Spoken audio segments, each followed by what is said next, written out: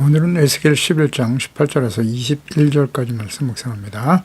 11장 18절에서 21절까지 말씀 있습니다. 그들이 그리로 가서 그 가운데의 모든 미운 물건과 모든 가증한 것을 제거하여 버릴지라. 내가 그들에게 한 마음을 주고 그 속에 새 영을 주며 그 몸에서 돌 같은 마음을 제거하고 살처럼 부드러운 마음을 주어 내 율례를 따르며 내 규례를 지켜 행하게 하리니 그들은 내 백성이 되고 나는 그들의 하나님이 되리라. 그러나 미운 것과 가증한 것을 마음으로 따르는 자는 내가 그 행위대로 머리에 갚으리라. 나 주 여호와의 말이니라. 아멘. 징계와 연단의 목적. 바벨론에 항복하고 포로로 끌려간 사람들을 무시하고 조롱하고 있었던 예루살렘 거민들, 형제와 친척, 이웃을 하나님을 떠난 자라고 비난하면서 조롱하고 있었습니다. 하나님께서 포로가 되어 이방 땅에 살아가는 주의 백성들에게 오히려 하나님께서 성소가 되어 주실 것이다 라고 말씀을 하셨습니다. 하나님께서 친히 바벨론 포로로 잡혀간 사람들 가운데 임재하시고 그들을 보호하여 다스려 주신다는 뜻입니다. 연단을 통해서 온전해진 하나님의 자녀 백성들이 되도록 하기 위함이죠.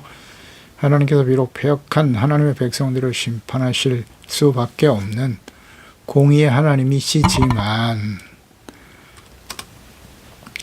결코 하나님의 그 언약의 백성들을 영원히 버리지 않습니다. 왜냐하면 하나님의 언약은 영원한 언약이기 때문입니다. 하나님께서는 그 언약을 영원히 지키시지만 주의 백성들이 언약을 지키지 않죠. 불순종하고 하나님과 말씀을 무시하고 버리죠. 그래서 하나님께서는 그들을 징계하시고 연단하실 수밖에 없습니다. 18절에 그들이 그리로 가서 모든 미운 물건과 가증한 것을 제거해 버리게 될 것이다. 그러니까 예루살렘에 거주하는 백성들이 바벨론의 포로로 끌려간 자들을 업신여기고 조롱하였지만 하나님께서는 그들을 연단의 과정을 거쳐서 미운 물건과 가증한 것을 제하여 버리게 될 것이다 라고 말씀하십니다. 하나님께서 주의 백성들을 징계하시고 심판하시는 목적 중에 하나죠. 은혜로 구원받고 언약의 백성 또 자녀들이 되었지만 그들은 완전한 의인이 아닙니다. 언제나 범죄하고 부패할 수밖에 없는 연약한 존재임을 인정해야 합니다. 주야로 율법과 말씀을 묵상하면서 악인의 꾀를 도모하고 있지는 않는지 죄인의 길에 서고 있지는 않는지를 점검해야 합니다. 그러니까 하나님의 존재 자체를 무시하거나 불순종하여 악을 행하면서도 전혀 죄책감도 없고 회개할 의사도 없어요. 의지도 없고 불신자들보다 더 악하고 교만한 자는 하나님께서 반드시 공의로 심판하실 수밖에 없다는 사실을 깨닫고 자기 자신을 점검하고 겸손하게 회개할 줄 아는 자가 복이 있는 사람입니다. 하나님께서 오래 참으시며 말씀을 끊임없이 보내시지만 거부하고 완악하여 돌이키지 않을 때 환난과 시련을 통해서 징계하십니다. 그러니까 징계를 당하게 하시는 하나님의 뜻, 목적을 바르게 알고 있어야 내일의 소망이 있을 수 있는 것입니다. 이것을 깨닫지 못하면 아무리 시련과 어려움을 당해도 소망이 없어요. 소망이. 어려움을 당하면서 그래 내일은 좋아지겠지 깨닫고 돌이키지 않고 죄를 버리고 연단되어지지 않는다면 소망이 없는 것입니다. 잘 이해해야 합니다. 하나님께서 공의로 심판하심으로써 바벨론의 포로가 된 주의 백성들 그곳에서 비로소 그들은 미운 물건과 모든 가증한 것을 제거하여 버리게 될 것이다. 이게 바로 연단입니다. 연단은 순전해지는 거예요. 찌꺼기 더러운 것을 버리는 겁니다. 죄악을 버리는 것이 연단이에요. 그냥 시간만 보내는 것이 연단이 아니에요. 언약의 백성 이스라엘이 이방인들에게 짓밟히고 멸망당한 이유 그것은 바로 하나님을 버리고 가증한 우상을 섬겼기 때문입니다. 하나님께서는 선지자들을 부지런히 보내시며 하나님을 버리고 우상을 믿고 의지하는 백성들에게 심판을 예언하셨어요. 경고하셨습니다.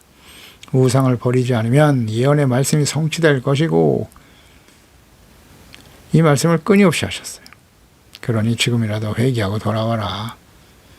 간절한 마음으로 외치고 기다리고 계시는 하나님 억지로 그냥 하기 싫은 걸 억지로 강요하시는 분이 아닙니다. 하나님은 말씀을 주시고 깨닫고 스스로 회개하고 돌아오기를 기다리시는 하나님이라는 사실 우리를 죄를 짓지 않게 하시면 되지 않습니까?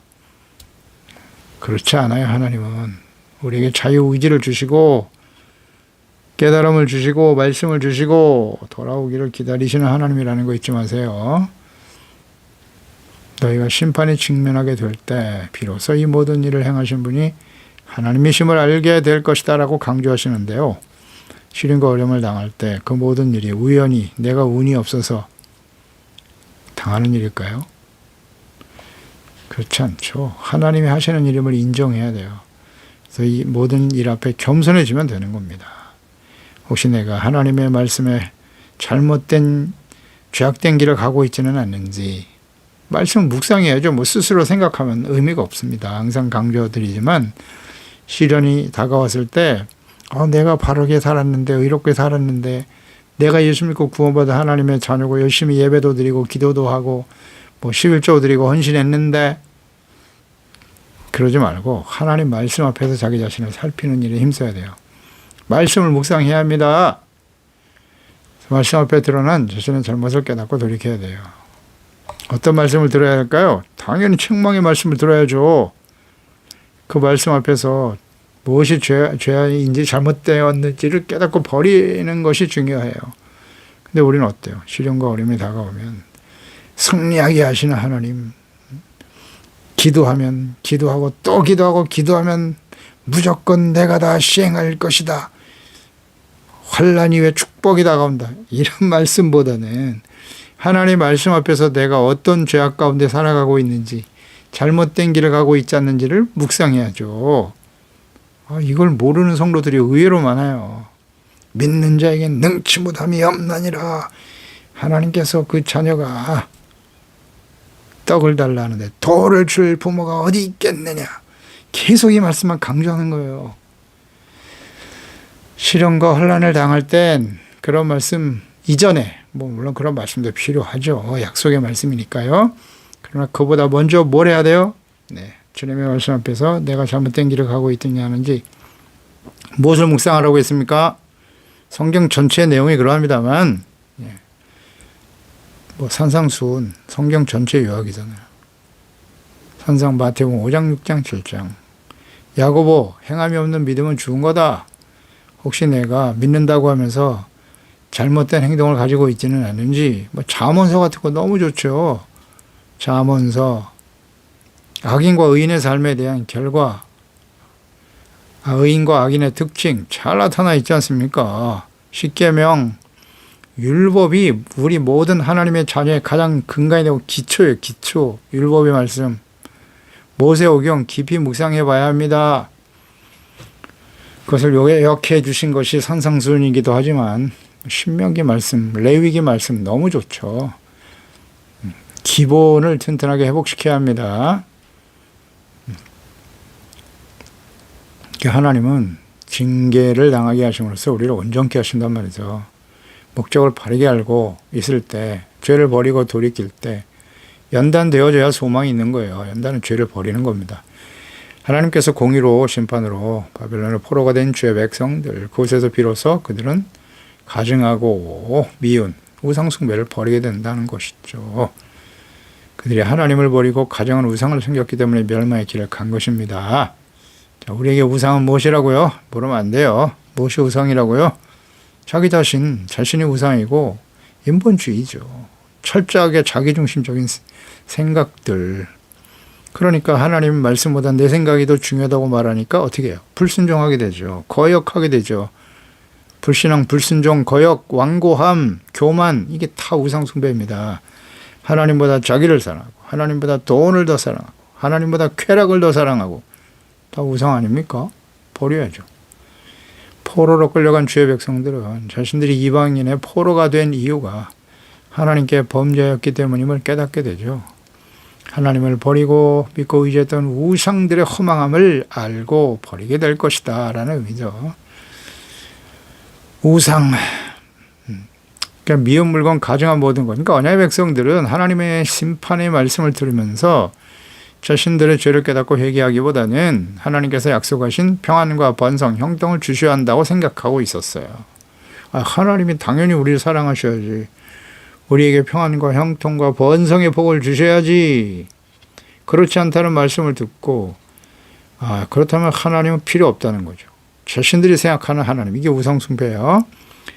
하나님은 사랑도 있으시지만 공의도 공의의 하나님이시라는 사실을 잊지 말아야 돼요. 근데 어때요? 하나님의 공의를 완전 무시해버리잖아요. 왜 하나님 우리를 심판하십니까? 왜 우리 징계하십니까? 축복해 주시고 잘되게 해주셔야지. 잘못 배우고 잘못 가르쳐서 그래요. 잘못 가르쳤어요. 하나님이 얼마나 공의로우신 분인데 함부로 하나님 앞에 죄를 짓고 범죄하고 회개하고 돌이킬 줄도 모르면서 하나님은 내가 하는 모든 일에 복을 내려주셔야 합니다. 그게 우상숭배라니까요. 그게 기복신앙이에요. 깊이 빠져있죠. 모든 시대에 하나님 백성이 그랬고 오늘날 이 시대는 더더욱 그렇고요. 왜? 예수 그리스도의 재림이 임박하고 마지막 심판이 임박한 시대이기 때문이다. 누구들이 강조하는 바입니다. 하나님의 존재와 말씀의 뜻에 대해서 무지해요. 무지가 우상숭배입니다. 하나님을 모르잖아요, 잘. 그건 반드시 우상숭배로 가게 돼 있어요. 이렇게 만든 제사장, 선지자들, 왕과 지도자들의 책임이 매우 막중하죠. 오늘날 시대에 거짓된 목사들이죠. 이단들은 말할 것도 없고. 교회 안에도 거짓 목사 얼마나 많은지 잘못 가르치고 있어요, 성도들은. 그 공의의 하나님, 죄에 대해서 책망하시고 심판하시며 바로잡으시는 하나님을 알지 못하는 주의 백성들, 모든 시대의 주의 백성들이 그러했고, 오늘날도 십자가 대속의 은혜로 구원받은 하나님의 자녀들이지만 하나님의 공의의 속성에 대해서 너무 무관심해요. 가르치지도 않아요. 무조건 잘해주시는 하나님, 예수 믿고 죄사함 받고 의롭다함으로도 하나님의 자녀가 되었으나 모든 일이 형통하고 무병장수하며 어떤 환난이나 시련이 없는 삶, 그 축복이라고 생각하지 않아요? 무엇이든지 자녀들이 원하는 모든 것을 이루어주시는 분이어야 한다고 생각합니다. 그런 생각할 때마다 누구를 묵상하라고요? 솔로몬. 솔로몬 시작은 얼마나 좋았어요. 하나님을 사랑하고 지혜로운 마음을 주사 하나님이 다스리시는 하나님의 나라 의의 거룩한 백성이 되는 일에 주여 이 어린 종을 쓰임받도록 지혜를 주시옵소서. 하나님이 너무 마음에 드셨죠, 솔로몬. 그래서 구하지 아니한 부와 영광, 재물 다 주었더니 어떻게 되었더라? 부패하고 타락하여 우상을 세우고 생을 마감하더라. 이게 주는 교훈이 뭐예요? 전도서. 모든 것이 헛되고 헛되니 헛되고 헛되도다. 바람을 잡는 것과 같다는 거예요. 하나님이 없이 세상에서 모든 걸 다 누려봤는데 그 모든 것은 다 헛되다. 그래서 인간의 본분은 하나님을 경외하는 데 있도다. 하나님께서 그 행한 모든 것에 대해서 심판하신다. 마지막 결론이었잖아요, 전도서. 하나님이 어떤 분이신가를 똑바로 알아야 돼요. 그저 원하는 걸 다 들어주시는 분이다. 그래서 우리가 자주 묵상하는 말씀이 요한복음 14장 13절이잖아요. 너희가 내 이름으로 무엇을 구하든지 내가 행하리니 이는 아버지로 하여금 아들로 말미암아 영광을 받으시게 하려 함이니라. 이 말씀 얼마나 좋아하는지. 계속 이 말씀만 가지고 기도하는 거예요. 그냥 주여 무엇을 구하든지 주님이 다 행한다고 하셨사오니. 그 다음 요한 3서 2절 같은 말씀이죠. 사랑하는 자여 내 영혼이 잘된 같이 내가 범사가 잘되고 강건하기를 내가 간구하노라. 그렇습니다. 내 영혼이 문제는 내 영혼이 잘된 같이 이걸 어떻게 해석해야 되냐는 거예요. 예수 그리스도를 믿고 구원받았다. 그럼 다 끝난 겁니까 그냥? 그러면 영혼이 잘된 거예요 그냥? 물론 맞아요. 예수 그리스도를 믿고 죄사함 받고 의롭다함으로 구원받아 하나님의 자녀가 되었으니까 내 영이 거듭나고 하나님의 자녀가 되었다. 영광스럽고 복된 일이죠. 근데 그게 과거 완료로 끝난 것이냐는 거예요. 예수 그리스도를 믿고 구원받아 겁나 하나님의 자녀가 된 것을 그냥 완성이라고 여기는 거예요. 아니 구원이 잘못됐다는 게 아니에요. 이걸 또 이상하게 해석하면 안 돼요. 예수 그리스도의 구원은 완벽한 구원이에요. 그런데 이 칭의 의롭다함을 얻고 그것으로 끝난 것이 아니라는 거잖아요. 그 이후에 끊임없이 성화되어서 하나님 말씀을 묵상하고 경건한 삶을 통해서 우리의 죄를 깨닫고 약하고 폐역한 더러운 세상에 살면서 어찌 우리가 범죄하고 악을 행하지 아니할 수 있겠습니까? 끊임없이 불의와 악한 원수 마귀의 미혹과 그 역사 속에서 우리가 믿음을 지키고 의롭고 거룩한 하나님의 자녀로 살아가는 일은 매우 힘든 일입니다. 의를 위해서 박해를 받아야 하고요. 세속적인 욕망에 이끌려 끊임없는 미혹을 받고 있는 거 사실이잖아요. 여기서 우리가 지켜 이기는 자들이 되어야 한단 말이죠. 성화되어져 가야죠. 그리고 우리의 구원이 완성되는 날은 우리가 인생을 마감하고 하나님 앞에 서는 거예요. 주님이 오셔서 우리를 구원해 주시는 그날 우리의 구원이 완성되는 것이잖아요.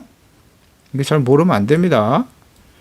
로마서에서 자세히 나와 있고요. 로마서는 이신칭의로 끝나는 게 아니에요. 구원받은 이후에 어떻게 살아가야 하느냐. 요한복음 11장까지 1장에서 11장까지가 이신칭의고요. 12장에서 16장까지는 성화에 대해서 말씀하고 있어요. 믿음으로 구원받은 사람은 어떻게 살아야 하는지 잘 좀 이해해야 됩니다.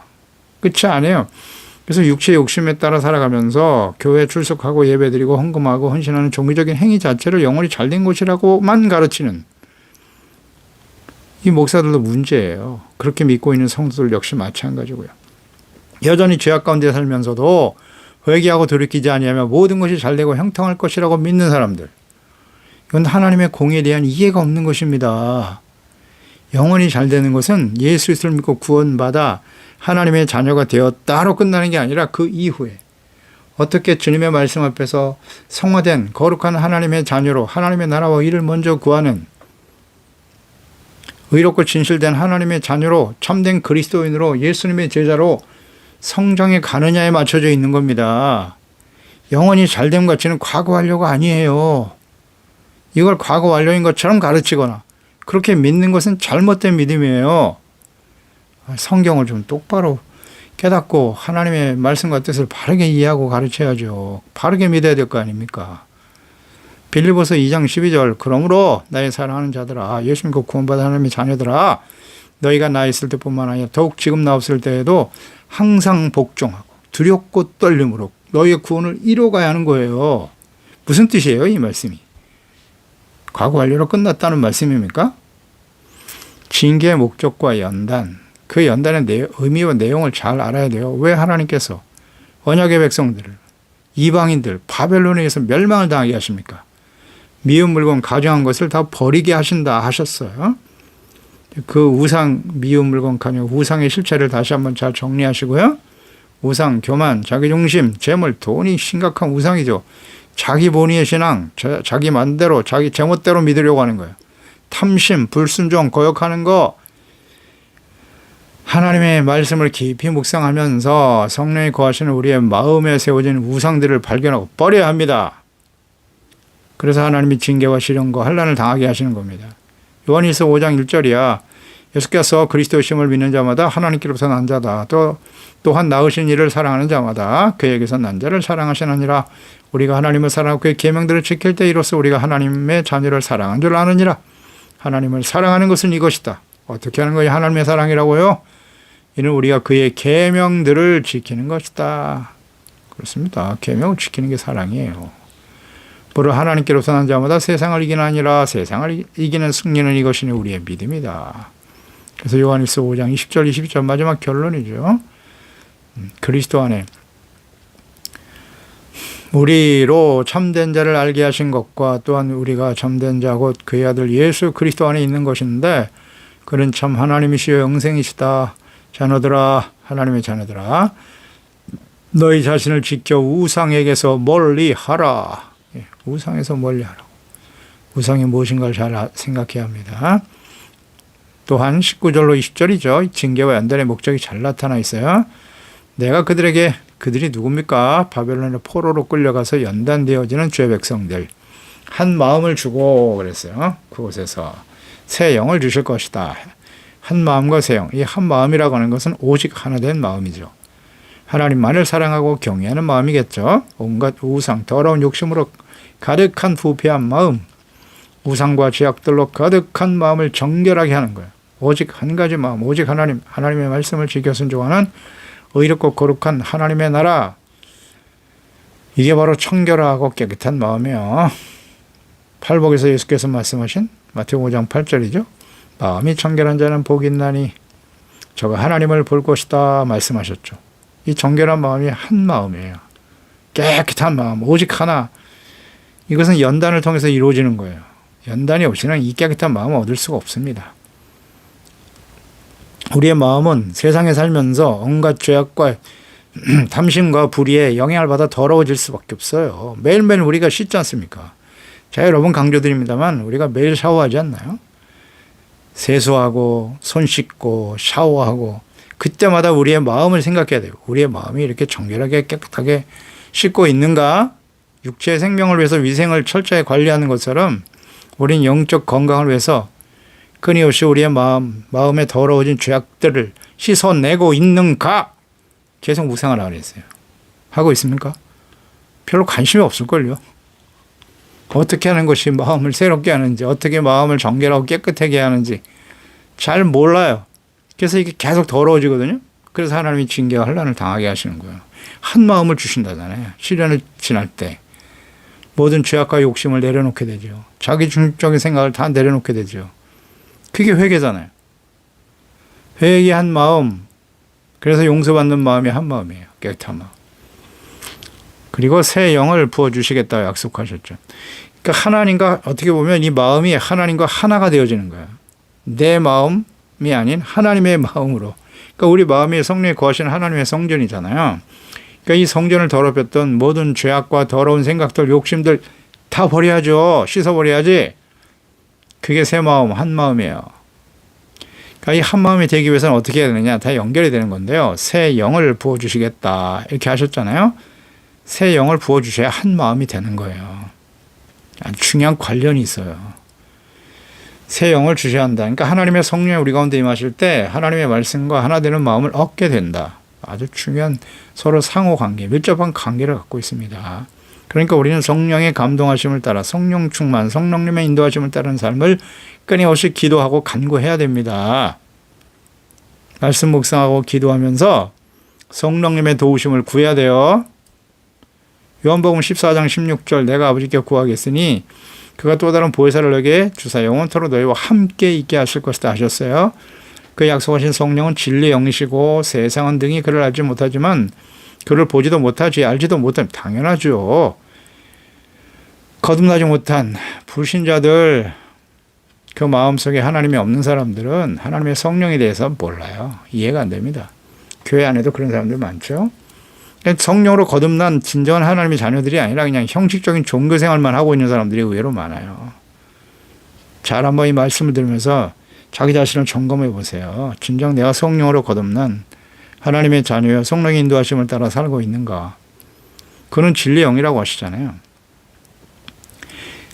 너희는 그를 안다. 성령이 아신다. 왜? 그는 너희와 함께 거하시기 때문이다. 너희 속에 우리 안에 성령이 계시다고요. 그래서 그날에 성령이 우리 가운데 임하실 때 내가 아버지 안에 너희가 내 안에 내가 너희 안에 있는 것을 알게 되리라. 하나님과 예수 그리스도 하나님 아버지와 우리가 하나가 된단 말이에요. 언제? 성령이 우리 가운데 임하실 때. 그 성령이 오셔야 한 마음이 되는 거예요. 한 마음이란 예수 그리스도의 마음, 하나님의 거룩한 마음을 본받고 따르는 것이에요. 아멘. 예수 그리스도의 십자가, 고난, 대속의 은혜 이후에 죄사함 받고 의롭다함을 얻게 하시는 성령님의 역사를 잘 이해해야 합니다. 무릇 하나님의 영으로 인도함을 받는 그들이 하나님의 아들이다. 아멘. 고난, 회개, 믿음, 구원, 새 영을 주실 때 가능한 일이에요. 그리고 더 나가서 연단의 목적은 뭐라고요? 돌 같은 마음을 제거하신다고요. 살처럼 부드러운 마음을 주신대요. 그러니까 한 마음이라고 하는 것은 부드러운 마음이에요. 돌 같은 마음, 굳은 마음이죠. 이것도 역시 새 영, 하나님의 성령이 임하실 때 다 깨닫게 되어지는 거예요. 주시는 은혜라고요. 돌 같은 마음, 에스겔 36장 26절에도 나와요. 새 영을 너에게 두고 새 마음을 너에게 주되 너희 육신에서 굳은 마음을 제거하고 부드러운 마음을 줄 것이다. 굳은 마음은 돌 같은 마음, 어떤 마음이요? 완악한 마음이죠. 아무리 말씀을 전해도 듣지 않아요. 절대 회개 안 해.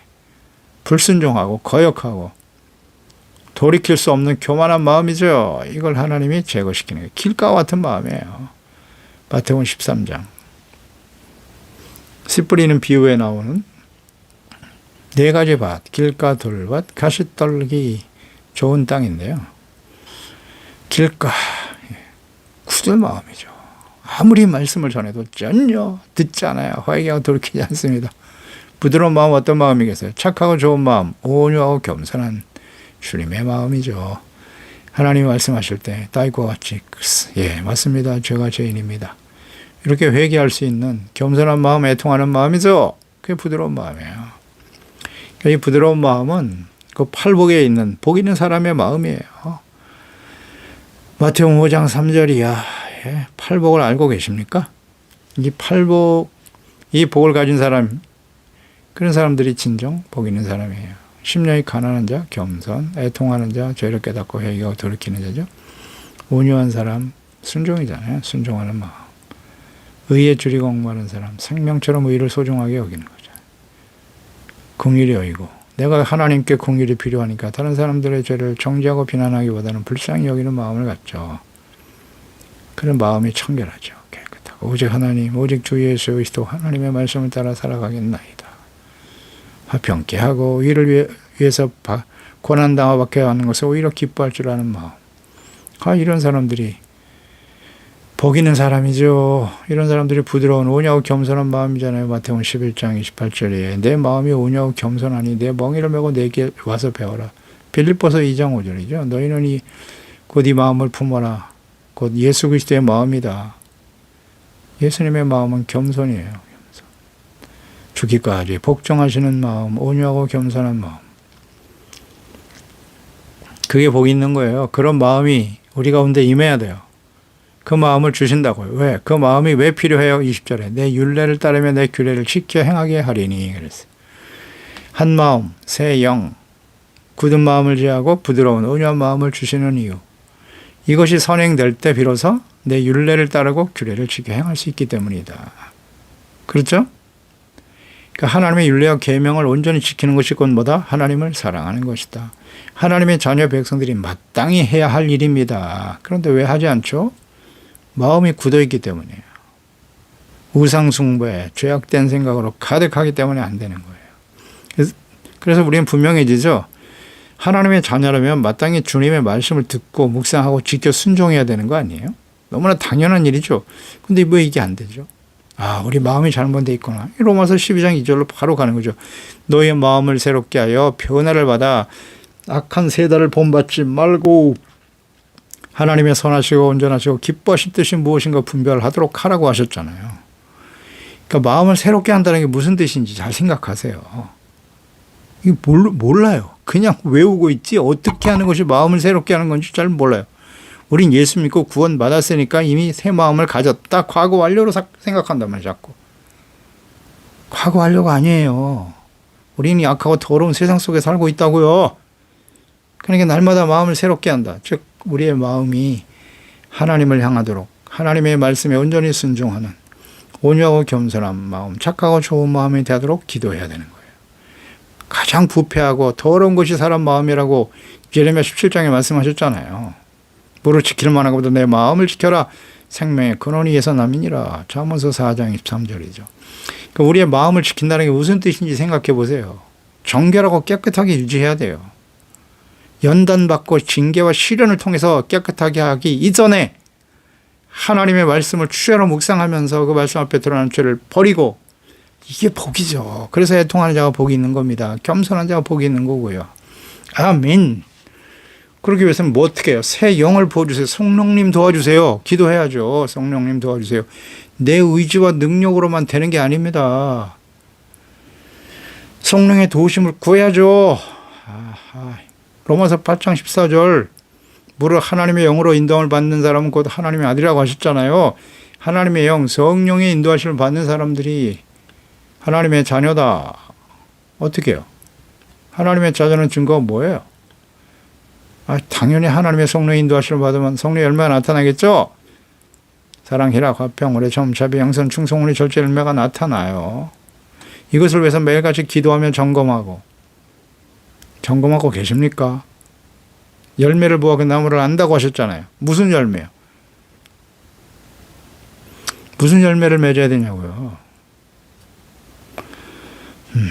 특히 거짓 선지자들을 잘 분별하라고 하시면서 열매를 보아 그 나무를 알 것이라고 마태복음 7장에 말씀하셨죠. 예수님께서요. 예. 말씀을 전하는 목사들 무슨 열매를 봐야 돼요? 뭐 박사학위가 몇 개가 있고 얼마나 대단한 경력을 가지고 있고 스펙이 어떻고 그런 열매를 보는 겁니까? 아닙니다. 성령님의 열매를 봐야 될 거 아니에요. 우리의 인격 속에 그런 성령의 열매가 나타나고 있는지. 예레미야 17장 9절 이하죠. 마음을 보다 거짓되고 심히 부패한 거 사람 마음이라고요. 그러니까 이것을 우리는 마음을 새롭게 하는 일에 집중해야 됩니다. 착하고 좋은 마음이 되도록 해야 합니다. 새 마음을 주신다니까 이런 연단 받기 이전에 말씀으로 깨닫는 것이 큰 복이죠. 그리고 왜 이와 같은 모든 징계와 시련과 연단을 당하게 하는 궁극적인 목적이 뭐냐? 그들은 내 백성이 되고 나는 그들의 하나님이 되리라. 이것이 변함없는 성경 전체에 나타난 하나님의 뜻이에요. 내 백성이 되고 나는 그들의 하나님이 될 것이다. 하나님이 다스리시는 하나님의 나라 위에 거룩한 백성이 되도록 하라. 그러나 21절 미운 것 가증한 것을 마음으로 따르는 자는 내가 그 행위대로 머리에 반드시 갚을 거야. 아멘. 하나님의 공의, 징계 이 과정을 거치면서도 우상을 마음에서 버리지 않는다면 하나님의 징계는 계속된다는 거예요. 깨닫고 버릴 때까지 행위대로 갚으시는 하나님이심을 알고 부지런히 우리 마음속에는 우상을 발견하고 버리고 회개하고 돌이키는 자들이 되어야 합니다. 기도하겠습니다. 하나님 아버지, 오늘도 주의 말씀을 묵상합니다. 왜 하나님의 자녀 백성들이 하나님의 진노의 심판 가운데 직면하게 되는지, 또 하나님은 그 사랑하는 영원한 언약의 백성 이스라엘 예수 그리스도를 믿고 구원받아 하나님의 자녀들에게 징계와 시련과 환난을 당하게 하시는 목적은 무엇인가요? 한 마음, 새 영을 부어주셔서 미운 물건, 가증한 것, 온갖 우상을 버리게 하시고 오직 하나님 한 분만을 사랑하고 주 예수 그리스도를 믿고 순종하는 의롭고 진실된 하나님이 다스리시는 하나님의 나라와 의를 삶의 우선순위로 삼고 살아가도록 거룩하고 진실된 하나님의 자녀가 되도록 하시기 위함입니다. 주여, 오늘도 하나님 날마다 우리의 마음을 새롭게 해주세요. 하나님의 말씀을 잘 지켜 순종하는, 그건 구약시대에만 있는 것이 아니에요. 성경 전체에 나타나는 주의 백성들을 향한 하나님의 뜻임을 깨닫고 경건의 훈련, 말씀 묵상, 기도, 성령님의 도우심이 없으면 아무것도 안 돼요. 우리 힘으로 되지 않습니다. 성령님 도와주셔서 항상 우리를 진리의 길로 주님의 뜻을 바르게 깨닫고 실천해 갈 수 있도록 도와주세요. 예수님의 이름으로 기도드립니다. 아멘.